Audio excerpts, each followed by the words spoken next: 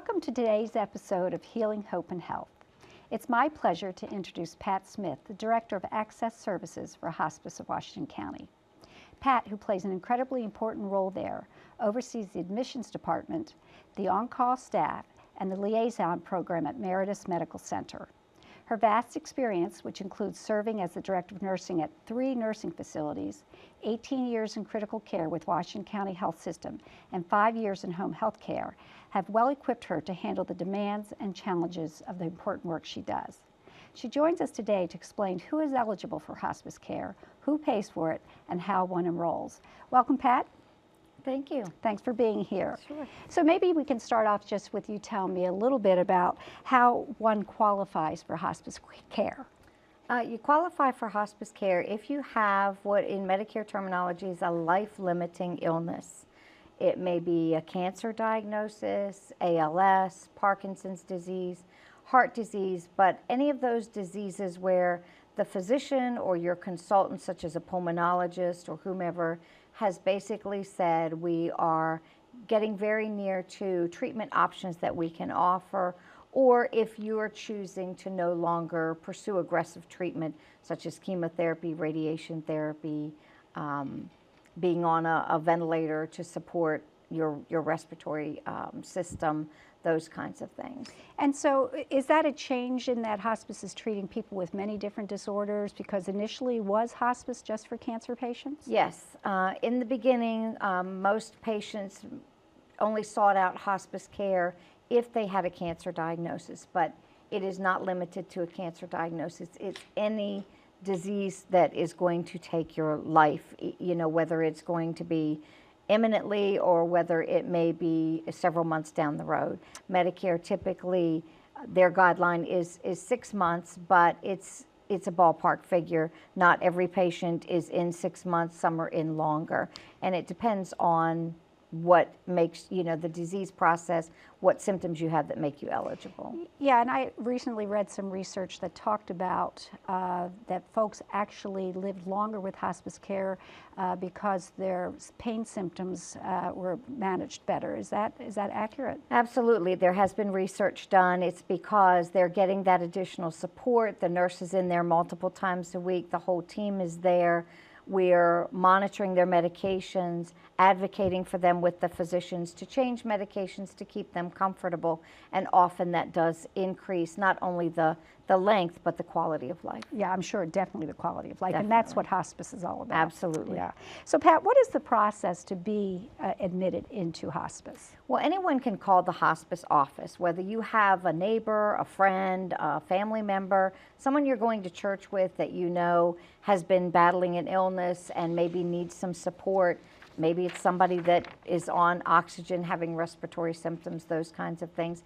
You just call the hospice number, and someone at the office in the access department will interview you, asking some questions like the name of the person, what your relationship is to them, have you talked about hospice care, are they aware that you're making the call? And then once that process is initiated, we contact that particular individual and at least set up a meeting with them with one of our staff to go over what the hospice benefit is, what services we can provide, and then we discuss the whole process of going through and determining eligibility. Okay, great. And does a hospice patient, if somebody is enrolled, do they need to have somebody there living with them to take care of them? Hospice is not there 24/7, and I think that's one thing that the public needs to know exactly what is involved. So maybe you could speak to that. Yeah, we're not there 24/7. You do not have to have someone living with you at the time that you enroll in hospice services. But one of the things that our team will focus heavily on is making sure that you develop a plan for what if. What if I get to the point where I can't take care of myself, I can't prepare my own meals. So that's part of what the hospice team, the nurse, the social worker, the spiritual care providers will work with you on, determining whether you're going to access family members, church support, community support. Volunteers. Volunteers, absolutely. So you do not initially have to have someone, but we will work on a plan so that down the road, there are no surprises and you have someone there to take care of you. And is this hospice enrollment process the same whether you're living in a nursing facility or if you're in a home or an assisted living? It is the same. Your primary care physician is the person. We do also have some of our oncologists, our cancer specialists, but a physician does have to give an order for you to be enrolled in hospice care, and then our medical director also has to certify or make a statement that yes, this person is eligible for hospice care based on the Medicare guidelines. Okay, that makes sense. What happens if a person enrolls and then decides that maybe after all they don't want to be enrolled in hospice? And that does happen, especially with cancer patients, but any disease. If there is a trial program that comes out or a new treatment, a patient can sign out at any time, and there is no delay. We've had patients sign out today and sign back in tomorrow, and that is an open option with that benefit, that you can sign in and out as frequently as you like because you can go for further treatment. And I'm sure that gives people a measure of flexibility and a measure of comfort. Absolutely. Yeah. So how is hospice benefit paid for? Hospice benefit is a benefit that is paid for, supported by Medicare if you have Medicare. Younger patients that have Medicaid or private insurance, most all the private insurances follow the Medicare guidelines. So pretty much you can check if you have private insurance with your insurance benefits coordinator, but almost all of them have the same guidelines and they do provide for a hospice benefit. Well, thank you so much for being here, Pat. Thank you for having me. I'd like to thank Pat for joining us today for our show and explaining the ins and outs of hospice care. Sometimes the more we know, the more questions we have. I'm sure you learned something today. I know I did. But if this information has raised some questions that you would like to discuss on this program, feel free to email us here at info@hospiceofwc.org or call hospice directly. Pat would be happy to talk with you.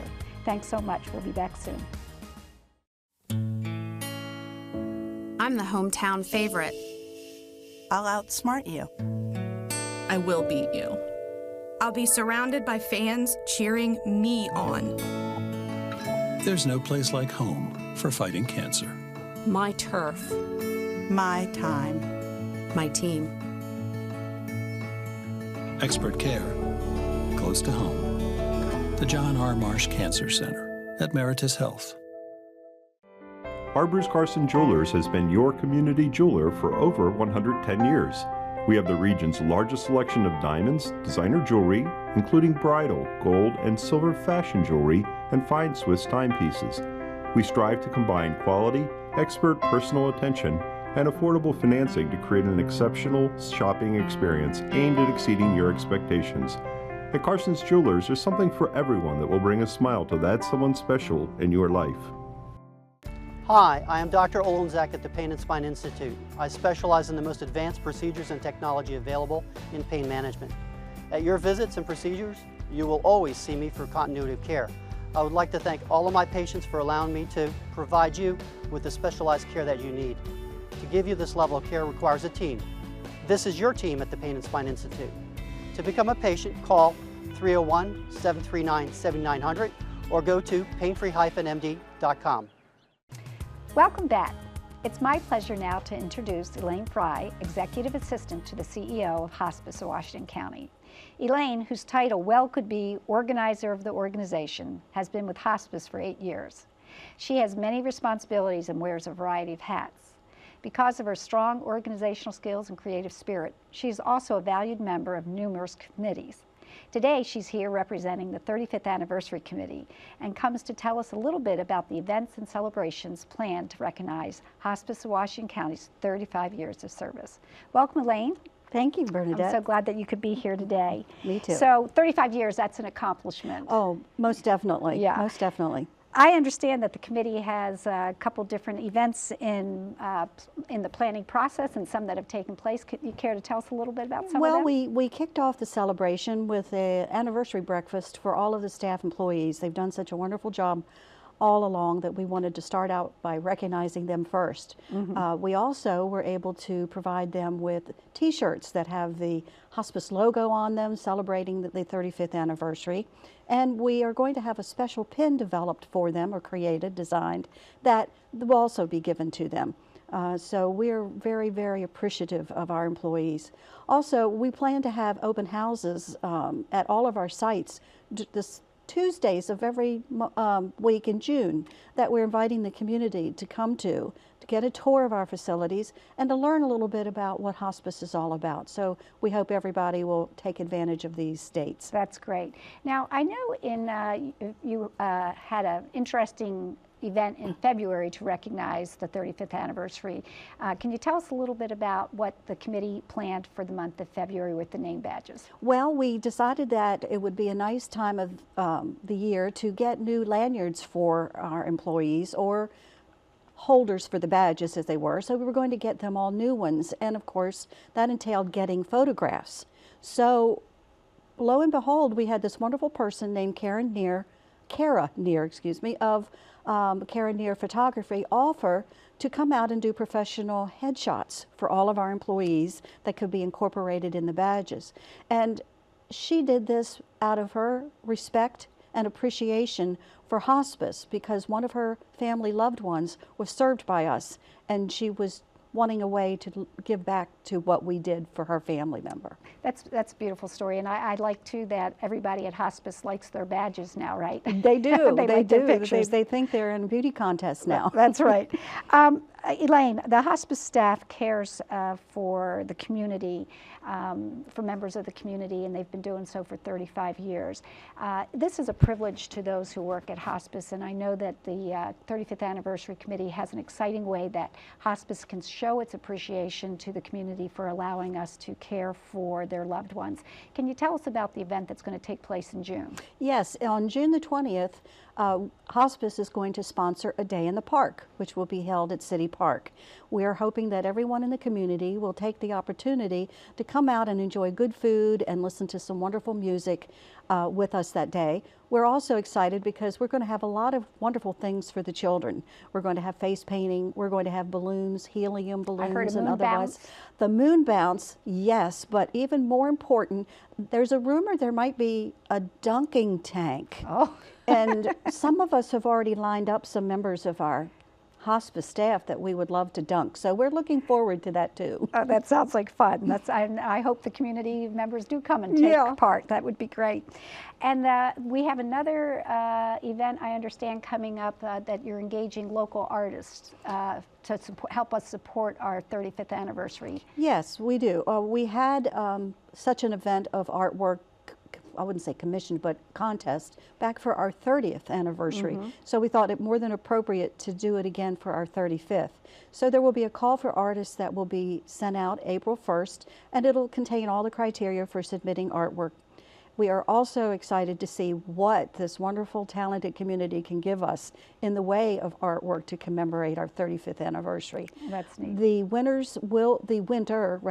will be announced at our hospice reception, which is taking place in October. So we're thrilled about seeing how many of those enter, selecting one, and using it for future posters, etc., that we will commemorate HWC's 35th anniversary. Oh, that's great. And I would just mention that we're working with Mary Ann Burke of the Washington County Commission, Washington County Arts Council, and Sue Parker from the Mansion House, and appreciate their support with the art contest.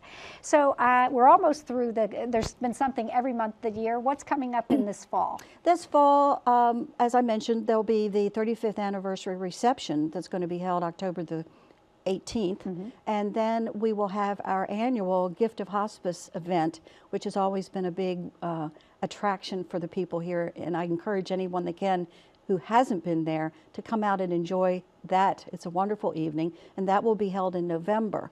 And then we're going to end the year with our annual HWC holiday party, which will be held at Beaver Creek Country Club in October. So it's started with a bang and it'll end with a bang. Well, Elaine, thank you so much for being here and sharing this exciting year for hospice. Hospice of Washington County's 35th anniversary is the time for the organization to reflect on its past and remember those it has served. to note the growth and to celebrate its accomplishments. It's also time for the organization to look ahead and envision an even bigger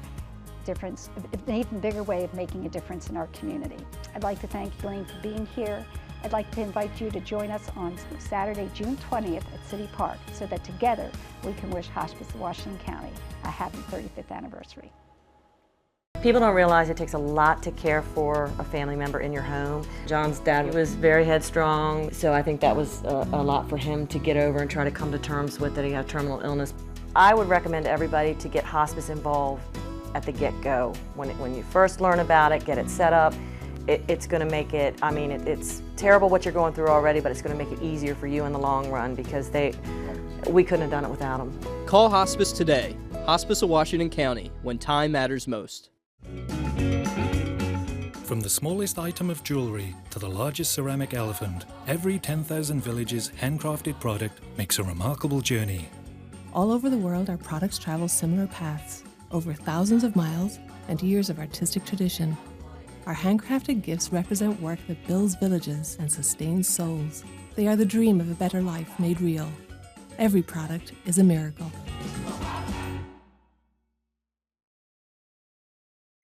Welcome back. Hospice of Washington County had two goals in mind when it decided to open 3 community life centers in 1 year.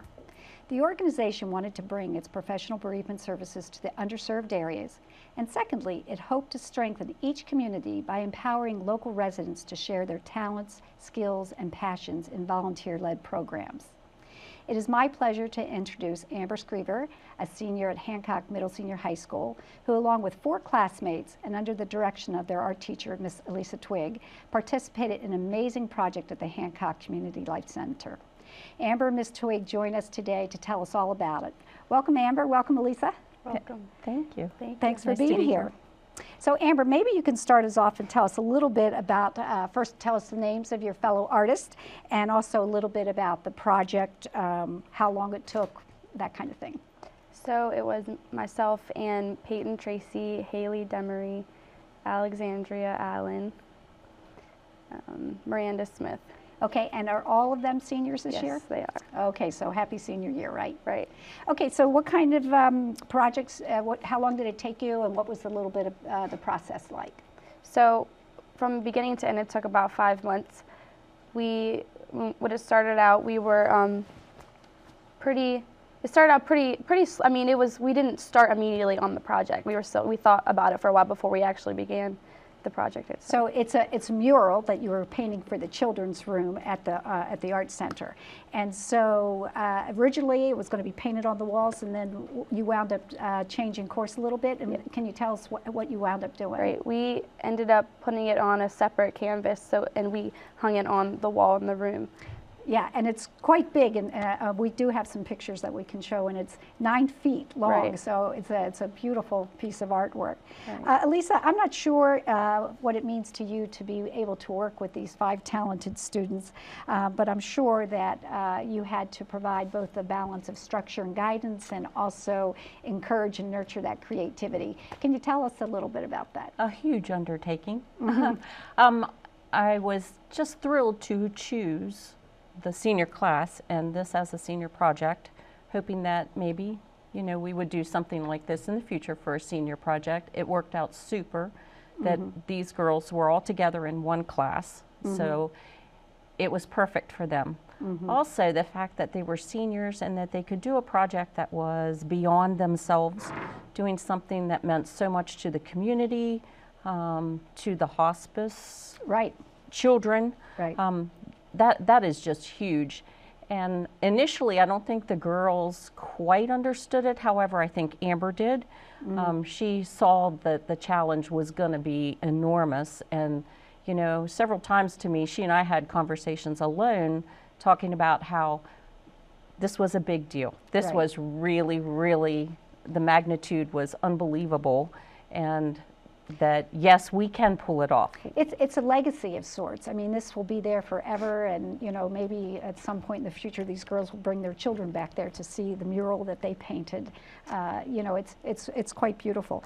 Amber, what was the hardest part of the mural? Was designing it, coming up with the idea and Well, collaborating? definitely the idea, and I mean, I think we all wanted to make sure that also that we all agreed upon what we wanted it to be. I mean, eventually we all had pretty much the same ideas anyway. So, I mean, but that was the most difficult part. And so this idea that it's a journey and that's sort of what we talked about in the beginning, and a pathway, and you have that beautiful path with the kids skipping up it. I think my favorite part is that the kite is actually outside of the frame, and to me it's like you kids can't, and your potentials cannot be contained, and nor could the kite within the boundaries of your mural. So I thought it was quite beautiful. Elisa, tell us a little bit about what it means to have these girls step out of their comfort zone. Yeah. And that was a gorgeous analogy you just put about the kite. That is where we were coming from with that. So I think it is so easy to get stuck into what is comfortable so that you can keep excelling. So when Amber and I had our conversations about the magnitude of this, we knew we were on a big journey, and it was really beyond what we had done in the past, completely different. I kept just trying to tell Amber, it's okay, it's going to be great, and it's going to be it great. Surely is. Amber, what will you remember most about this? I mean, I do see it as a legacy for the community, and without even really saying anything, you guys stepped out of your comfort zone and led a project at the Community Life Center. I think what I'll remember most is, the process of it was, it was fun doing it, but afterwards, seeing how happy it made people and everybody coming together was really nice to see. Yeah, yeah. Well, thank you both for being here. I really appreciate it. I'd like to thank Amber and her fellow art students for creating the mural at the Hancock Community Life Center, and thank Amber for joining us here today. I'd also like to thank Elisa for being here and for empowering her students to attempt such a grand project, and for believing in them when they needed the support the most. The programs offered at each Community Life Center differ precisely because they reflect the talents and skills of the volunteers who step forward. If you have a desire to make a difference and want to share your passion, I hope you'll contact me and let me know that you want to do a program at our Community Life Centers. We'll be right back. Arbors Carson Jewelers has been your community jeweler for over 110 years. We have the region's largest selection of diamonds, designer jewelry, including bridal, gold, and silver fashion jewelry, and fine Swiss timepieces. We strive to combine quality, expert personal attention, and affordable financing to create an exceptional shopping experience aimed at exceeding your expectations. At Carson's Jewelers, there's something for everyone that will bring a smile to that someone special in your life. I'm the hometown favorite. I'll outsmart you. I will beat you. I'll be surrounded by fans cheering me on. There's no place like home for fighting cancer. My turf. My time. My team. Expert care, close to home. The John R. Marsh Cancer Center at Meritus Health. People don't realize it takes a lot to care for a family member in your home. John's dad was very headstrong, so I think that was a lot for him to get over and try to come to terms with that he had terminal illness. I would recommend to everybody to get hospice involved at the get-go. When you first learn about it, get it set up. It's going to make it, I mean, it's terrible what you're going through already, but it's going to make it easier for you in the long run because we couldn't have done it without them. Call Hospice today. Hospice of Washington County, when time matters most. Welcome back. Our last guests today on Healing Hope and Health are Jordan Appel-Lysick and her grandmother Diane McCusker. Both are incredibly strong advocates for the prevention of child abuse. After donating funds to purchase furniture for the Children's Therapy Room at the Hancock Community Life Center, the room was dedicated in memory of Jordan's daughter, Bella E. Appel, and Justice C.C. Myers, both Washington County children who tragically lost their lives as a result of child abuse. Each year, their families, along with local law enforcement, hold a Rock Me, Don't Shake Me dance and a walk and 5K run to raise money for local child-centric organizations. The Child Abuse Prevention Team recently donated funds to similarly furnish the children's room at the just-opened Boonesboro Community Life Center. Jordan and Diane join us today to share their story. Thanks so much for being here. Thanks for having us. So, first, maybe I want to say I'm sorry for your loss, and also give you the opportunity to tell us a little bit about Bella in particular, or maybe child abuse in general. Well, Bella passed away in 2010 as a result of abusive head trauma with her father. Prior to 2010, I had associated hospice with elderly care. Little did I know that I would be turning to hospice for grief support after Bella's loss. And surprisingly, hospice, the grief support I received was somewhat of a catalyst for us starting this group with the goal of just improving the lives of children in our area. I remember her, and Bella lives on, I believe, through our efforts to help other local children. That's beautiful. Thank you so much. And Diane, maybe you could tell us a little bit about the furniture that the child abuse prevention team donated to the Community Life Center. Well, we wanted to improve the room, make it bright and cheerful for the children. And, you know, we talked amongst ourselves, what could we do? And then Jordan came up with the idea of the furniture, and that's how we decided to donate to the children's room, to make it colorful, to help them when they go into that room, not to be afraid. It's such a cheerful and hopeful room, and I'll also mention that you donated that lovely little frog that the children can wrap up in. The comfort frog. They are very nice, that they can actually sit down on the floor and the frog will wrap its arms and legs around them if they want. And maybe one of you would like to tell us about how you raised those funds. We have actually raised over $50,000 over the past 5 years through a variety of community events, mostly in the month of April, as April is National Child Abuse Prevention Month. We have a Rock Me, Don't Shake Me dance every year, and this year we'll be having one at the North American Rod and Gun Club in Hagerstown. We also have a walk and 5K run the last Saturday in April every year. It's held in Hancock, Maryland. We have all kinds of free food and festivities, and we also allow local organizations that serve children and families to set up a table and educate the locals as to the services that are offered in the area. That's great. And do you have an event planned this year? Yes, we do. On April the 25th will be our walk and 5K run. And this is the 5th year? This is the 5th year for it, yes.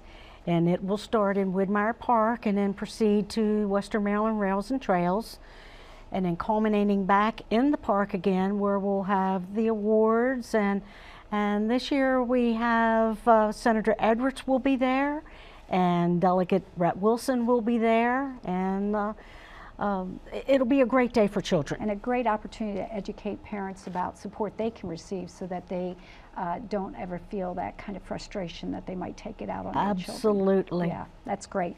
Well, how can other people help, and how can they get involved with this program? Well, there are a variety of ways that everyone can help. Anything that you can do to make even the tiniest difference in a child's life is helpful to our cause. But if you're particularly interested in joining us for the Walk or 5K, as I said, that is going to be on Saturday, April 25th, the last Saturday in April. We have a website, and it is walktoendchildabuse.weebly.com. Okay.